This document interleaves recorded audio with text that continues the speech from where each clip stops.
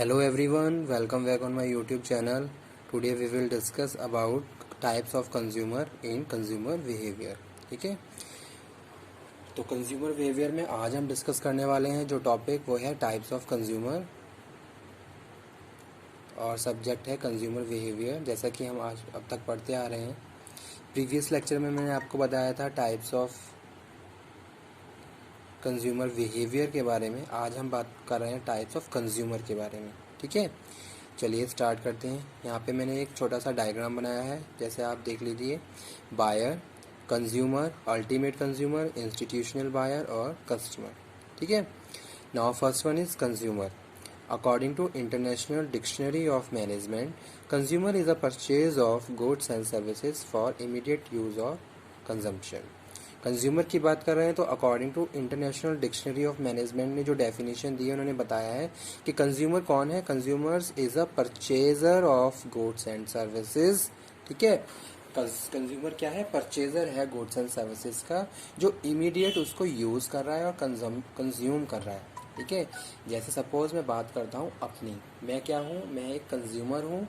मैं उसको क्या कर रहा हूँ? परचेज करके लाया और अगेन इमीडिएट मैंने उसको क्या कर लिया? कंज्यूम कर लिया।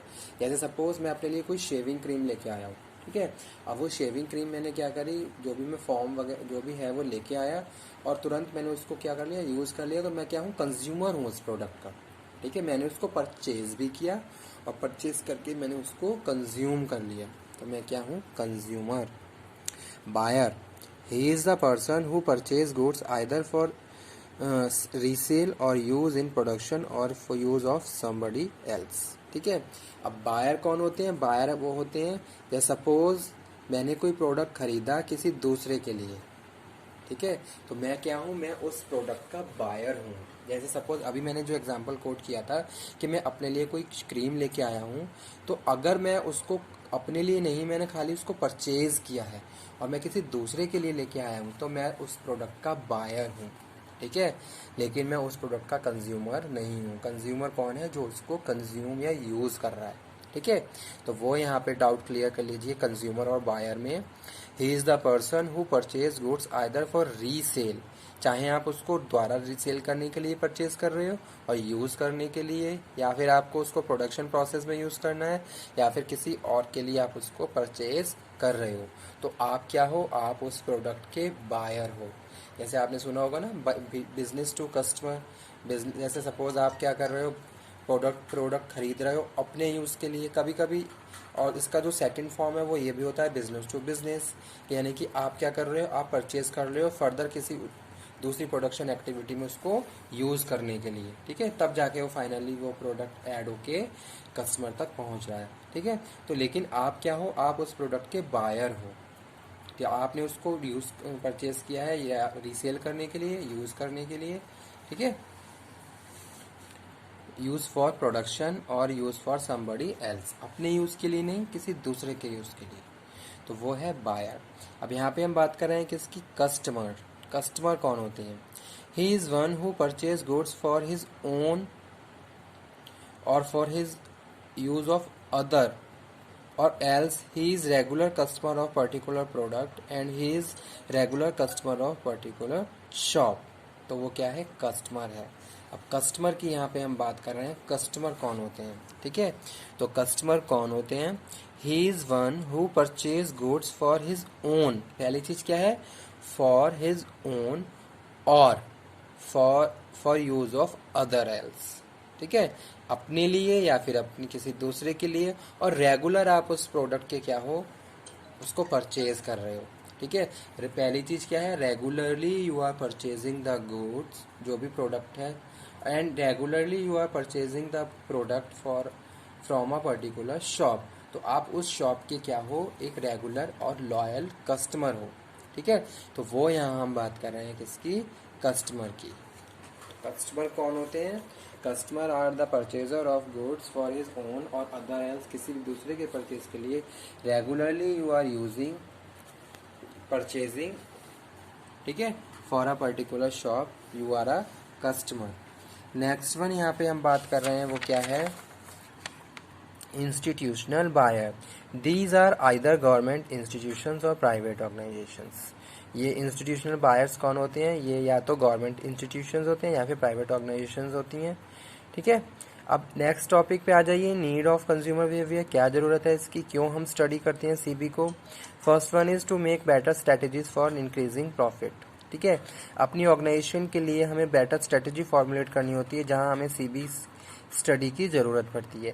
जैसे सपोज हम बात करें मार्केट की कॉन्सेप्ट की, तो जब आप मार्केट में उतर रहे हो तो पहले आपको कस्टमर को प्रॉपर्ली स्टडी कर लेना है, उसके बिहेवियर को प्रॉपर्ली आइडेंटिफाई कर लेना है, तब जाके फाइनली आप मार्केट में आ रहे हो या अपना कोई प्रोडक्ट मार्केट में लेके आ रहे हैं, ठीक है।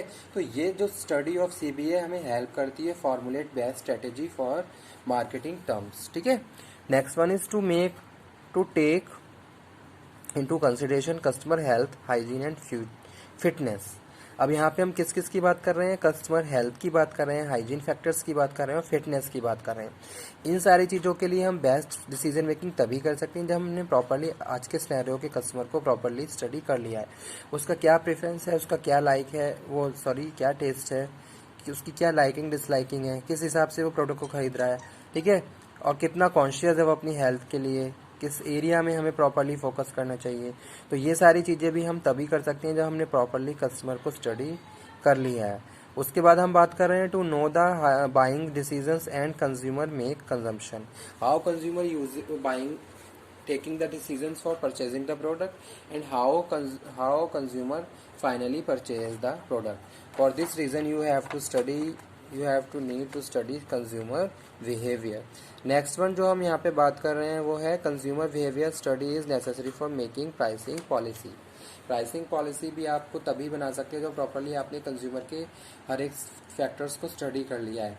इकोनॉमिकल अगर हम किसी एक टारगेट एरिया की बात करें, वहाँ के जो लोग हैं वो आपका इनका इनकम लेवल क्या है, उनका लिविंग स्टैंडर्ड कहाँ है, किस ऑक्यूपेशंस को बिलोंग करते हैं, ठीक है, किस तरीके के कस्टमर है, तब जाके फाइनली आप उस एरिया के लिए प्राइस सिलेक्ट करते हो। तो वो यहाँ पे हम बात कर रहे हैं consumer behaviour study is necessary to make pricing policies. Next one is consistent change in consumer taste or preference. If you want to modify, you want to add innovative features in your product, then first of all you have to study consumer behavior, ठीक है। Consumer किस तरीके से new change को accept करता है, ये चीज़ आपको पता होनी चाहिए। ऐसा नहीं कि आपने एकदम से क्या किया, अपने प्रोडक्ट में चेंजेस कर दिए। कस्टमर को क्या चेंज एक्सेप्टेबल है, कस्टमर की क्या नीड वांट है, किस तरीके का वो प्रोडक्ट मार्केट में चाह रहा है, उसी के हिसाब से क्या करते हो आप उसमें चेंजेस करते हो। तो वो यहाँ पे हम बात कर रहे हैं consistent change in customer taste और preference. Next one is to avoid future market failure. If you want to avoid your risk, या फिर जो भी आपके वीक पॉइंट्स हैं आप उनको अवॉइड करना चाहते हो। If you do not want to fail in the future, so for this reason you have to properly study consumer behaviour. इससे आप क्या करोगे, उन्हीं के हिसाब से क्या है प्रोग्राम कंडक्ट करते हो, डिसीजन मेकिंग करते हो, पॉलिसी बनाते हो, स्ट्रेटजी फॉर्मुलेट करते हो, ताकि आपको आपकी ऑर्गेनाइजेशन का बेनिफिट हो और किसी भी पॉइंट पे आपको लॉस ना हो। तो वो यहाँ पे लिखा हुआ है टू अवॉइड फ्यूचर में मार्केट फेलियर, ठीक है। तो it is all about today lecture, that is types of consumer and need of study consumer behaviour.